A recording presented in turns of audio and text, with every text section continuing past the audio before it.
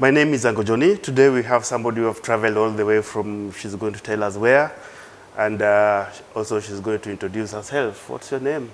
Hi, I am Shivangi. People call me Shiv. Chef. Shiv, Yep. often. Yep. It's also the word for a prison knife. Okay. Shiv. Yeah. It's the easier way for me to tell a lot of Australians, and how to remember my name because, Shivangi is too complicated. Yeah, Australia like short names, sort of, yeah. Yeah. So where are you from, Shivangi? Very good question. I don't even know. So long answer question to this is I was born in India, Yep. in the capital city, Yeah. New Delhi. Yep. And I grew up, I traveled a few countries, Yep. but I largely grew up in Nairobi, Kenya. Yep. And I also spent a lot of time in Dar es Salaam, Tanzania. Yep. I'm 30, 32 now. Oh, okay. I spent like half my life growing across Kenya and Tanzania. Oh, and okay. That's what I call home now. So what made you move from India to Kenya? Did you move with your parents or? Not by choice. Yeah. I was too young for that. Yeah. We moved because Dad worked for hotels. Yep. He worked for these like international hotel groups. Yep. And we kind of just moved with his work. Oh, okay. So in my family, I have mom, dad. Mom is from India. Yep. Dad is Indian Kenyan. Yeah, okay. And that's where my connection to Kenya happened. Okay. And then I have one elder brother. So growing up, we all just moved with Dad's work. Okay, so your parents now are in Kenya. Yes, in Nairobi. So who are you? Are you a Kenyan? Are you an Indian? Are you? What are you? So official status. Yeah. I was an Indian passport holder for a long time until I turned 23. Yep. Then I was a Kenyan passport holder for a while as well. Yep. But with the two countries, they offer you dual citizenship until a certain age. Yeah, okay. So I was Indian Kenyan, both like a dual citizen until 23. Yeah, okay. And then at 23, I had to make a decision and pick one. Anyways, I picked Indian citizenship. Yep, okay. And then once I moved to Australia, and now I've lived here for 8 years. Yep. I am now an Australian citizen. So three continents, choose your pick. 3 countries, Yeah. So, okay, now, when you moved to Australia, what made you move to Australia? I actually came to study my postgrad degree. Okay. Growing up, we moved so much with family that I kind of got used to moving. Yep. And when I was looking to do my postgrad degree in Masters of Business Administration, I thought, okay, I want to move somewhere else. Yep. And I decided on Australia because my elder brother, he had been in Australia in Perth for about 7-ish years. Okay.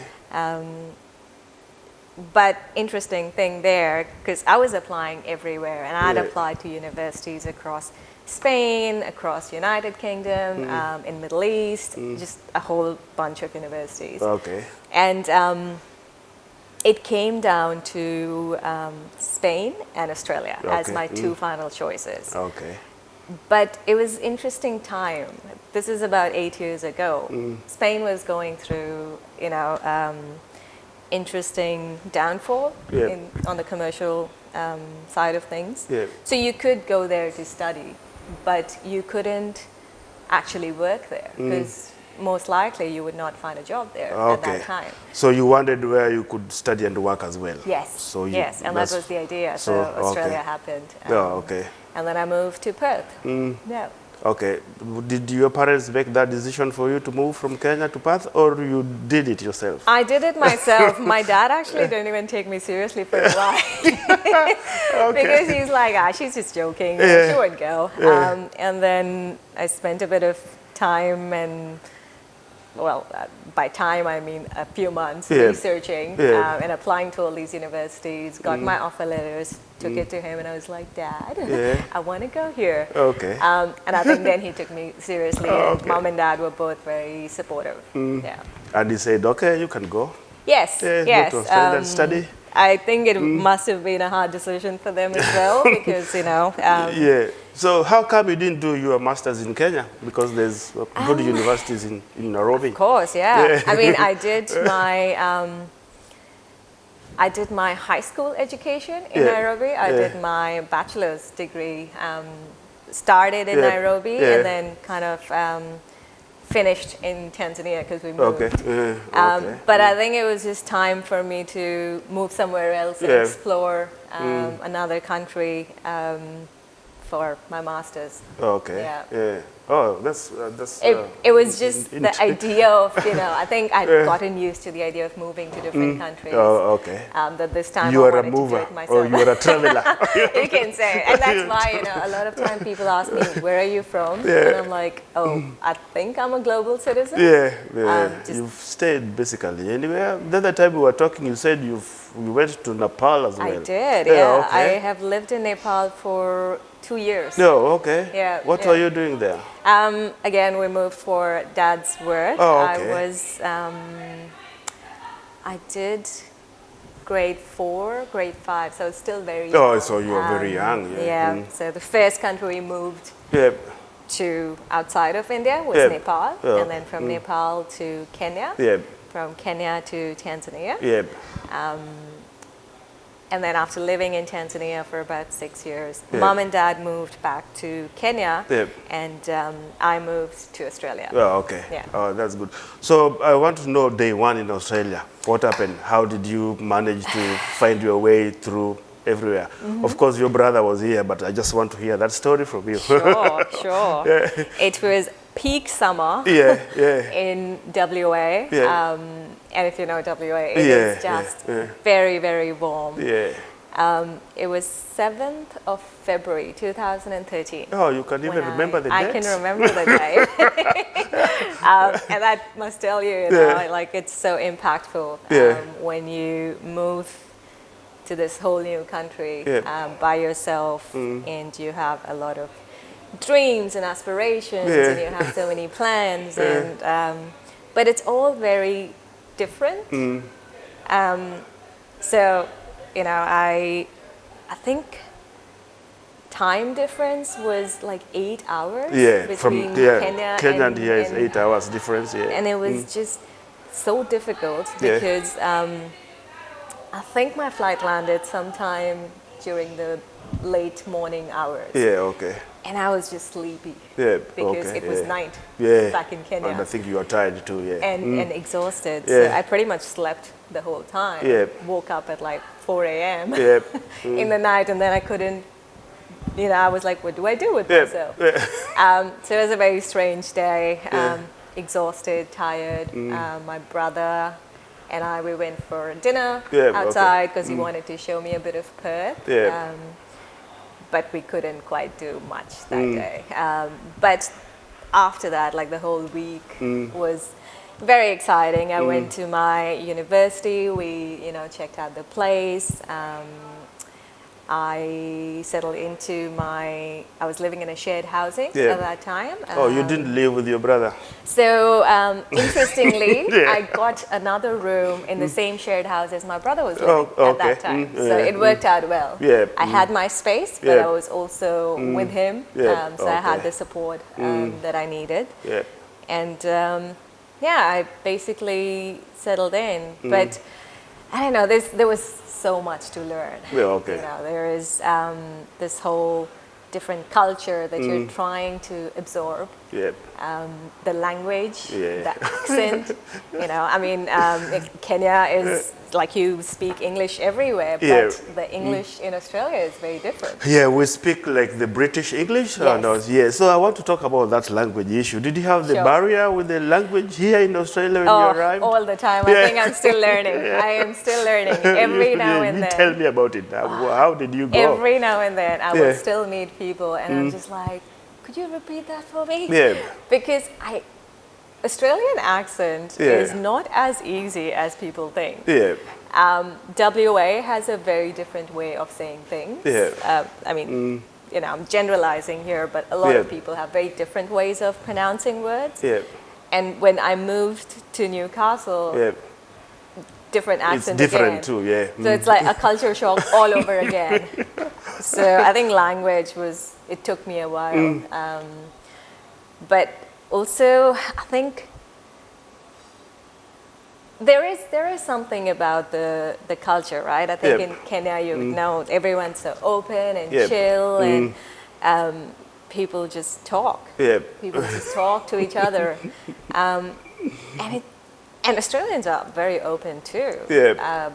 But it's different. You know, you can't just. It's not easy to make friends. But it got there. Did you mentioned culture shock? Can you mention a bit of that? How you got shocked with the culture? It was. So I was lucky. I was at the university at that time when I moved in. So I still met a lot of people who were not just Australians. You know, people from everywhere. People from India, people from Europe, people from America. So I had other people who were in the same boat, going just like through you, that culture shock. So I had company.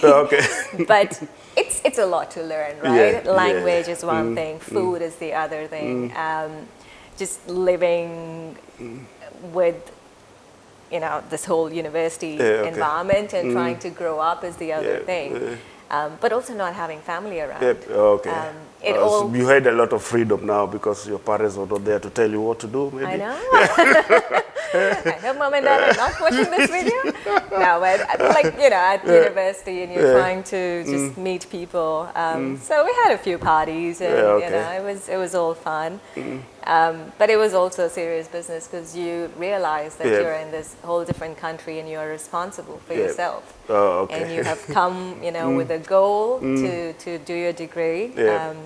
I think if I was any younger when I came, I would have been a little less focused and just, you know, so you came and you have really focused for what you want to do. I was 25 when I moved here, and had a very stable goal, and I'd worked before that as well, so I knew that while I'm studying, I'm actually burning away my savings. You know, so I was very mindful of how I spend my time, and and it was interesting. It was just cool. Now let's talk about food.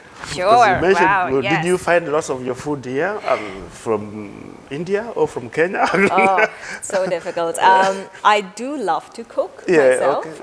So Indian food is not a problem. I don't know how to make so much Kenyan food, and back in Kenya, I always relied on just going out with friends and, you know, getting some githeri and getting some fried chicken. But now, I don't know, do you know any Kenyan food places around here? I've not managed to find any. Yeah, there's plenty. Yeah? Okay, you gotta introduce me to someday. I will introduce you to where you can cook well? get. Yes, I'm a cooker. Okay, well, I'll cook you Indian and you can cook me some good Kenyan food. Have you gone to the Raj Corner? I have. Yeah, they have Indian food there. They do. So it was not difficult for you to get your Indian food here. It was easier. There are Indians everywhere. So there's always one place which will serve. But as I said, I also like to cook Indian food, so don't have trouble with that. But what I did have trouble with is I don't like junk food so much. Or like fast food. And in Perth, there is a lot of this fast food culture. There is a McDonald's or Hungry Jack's like every 200 meters. But it's so difficult to find authentic places or, you know, healthy food outlets. So that's what I struggled with a bit. And I think I also realized it's very expensive to go out. So that's why you cook. Yes, and that's why I got better at cooking. Now for students who want to come here to study from India or from Kenya, what can you advise them? I would say do your research. Yep. You know, there are lots of different universities. There are lots of different options where you can study. Yep. There is no one university that is perfect. Yep. It's either good for you in terms of what you want to study and what your course is, yep. or it's not good for you. So, you know, research, pick your university as well. Yep. And when you move here, be ready for the change. Yep. You know, For the challenges as well. Yeah, there's goods and bads. Yeah. But it takes a lot of adapting Yeah. to this new environment, but also taking care of yourself. Yep. So take care of yourself when you move here, learn new things, be open to meeting all kinds of people. And yeah, just do what you need to do, but also have fun. Okay, well, now vice versa. People are coming from here, going to where you've been, like India, Kenya, Tanzania. Yes. Where can they go and what can they see over there, those places? Firstly, India, Nepal, Kenya, Tanzania, all these places have so much culture, so much to offer in terms of their festivals or their traditions or their food, which I think Australians or anyone, to be honest, to travel to these countries, they would love and should experience. You know, India, definitely go onto the streets and try some street food culture. Try and attend a festival celebration somewhere there, because it just gives you a whole different insight. In Tanzania, definitely go to Zanzibar. It is this beautiful island, lovely people. In Kenya, do a Karoga night. You know? There's so much of these little traditions which are so fun. But yeah, travel and experience, and spend time with the locals, and not just in the hotels and resorts, but spend time with the locals. That's the fun part. Spend money. Yeah, spend money, help the economy. Okay. So have you gone back to either of these places since you came to Australia? Yes. So I travel to Kenya at least twice a year. My parents are there. Your parents are still in Kenya? Yes. And I also travel there for work a little bit. With India, my grandparents are still there. So I do try to travel at least once in 2 years. Or someone is getting married, or you know, some occasion to attend. But I haven't been. When was I last in Tanzania? Must have been about 2 years now, roughly. Okay. But yeah, I'm still very connected to all these places. And because of COVID now, the traveling is restricted. Exactly. So that's why you're not. I was lucky though. I could squeeze in my last trip to Kenya in February. Which was right before just the before COVID the lockdown happened. But yeah, since then I haven't been able to go back. Have your parents come here to visit you? They have. They have visited Perth once. And they have visited Newcastle once as well. How did they find it? They loved it. And more so because their kids are now here, like my brother's in Perth and I'm here. But they do prefer Newcastle more than Perth. Newcastle is easygoing. It's good, more friendly people. Chill and cozy. But they liked it. They enjoy the travel as well. Thanks very much, Shivangi, for talking to me, telling me about your journey. Although I have to ask you this question because you said you sometimes travel to Kenya for work. Yes. What work do you do? So I have. You've been there. The Color Bug is a tiny little boutique which I started about 2 years ago as a concept, and it is handmade African art, fashion, homeware, and it's and why I travel back to Kenya often for that is because the people who make all these products which I am showcasing here are in Kenya and Tanzania. And they're very special people. I have grown up wearing, you know, stuff that they have made. And I'm able to now support and promote their work here. Okay. And I take a lot of pride in being able to showcase a bit of their culture, their stories, and their beautiful, amazing work here. So the shop is on Derby Street. Yeah. Yeah, it's my creative, happy space. Okay. So what's exactly the location of your shop? If somebody wanted to come and visit or buy something from you, sure. Yeah, can you tell us the location of your shop? You are most welcome. We are open. So we're open at 104 Derby Street, which is right next to Will & Sons bar. We used to be at the Hunter Street Mall before, but we've now moved to Derby Street. And it was interesting because we did the whole move during the COVID lockdown. So yeah, just interesting times to run a little business. So yeah, come, shop, support, spread the word, you know. Go to Shivangi shop and buy some African attire stuff. You would love it. They're good. I've seen them. I've been there, so they're good. Yeah. So go there and support. Modeling for me someday, maybe. Yeah, I can do the modeling. I'd love that. I'll wear them and walk on the street. And if people ask me where I go them, I'll tell them Shivangi's corner. There we go. Okay. Yeah, thank you very much for appearing on my YouTube channel. And thanks for having me. Please subscribe to my channel. Go to Shivangi shop and support her as well. Thank you. Thanks for having me.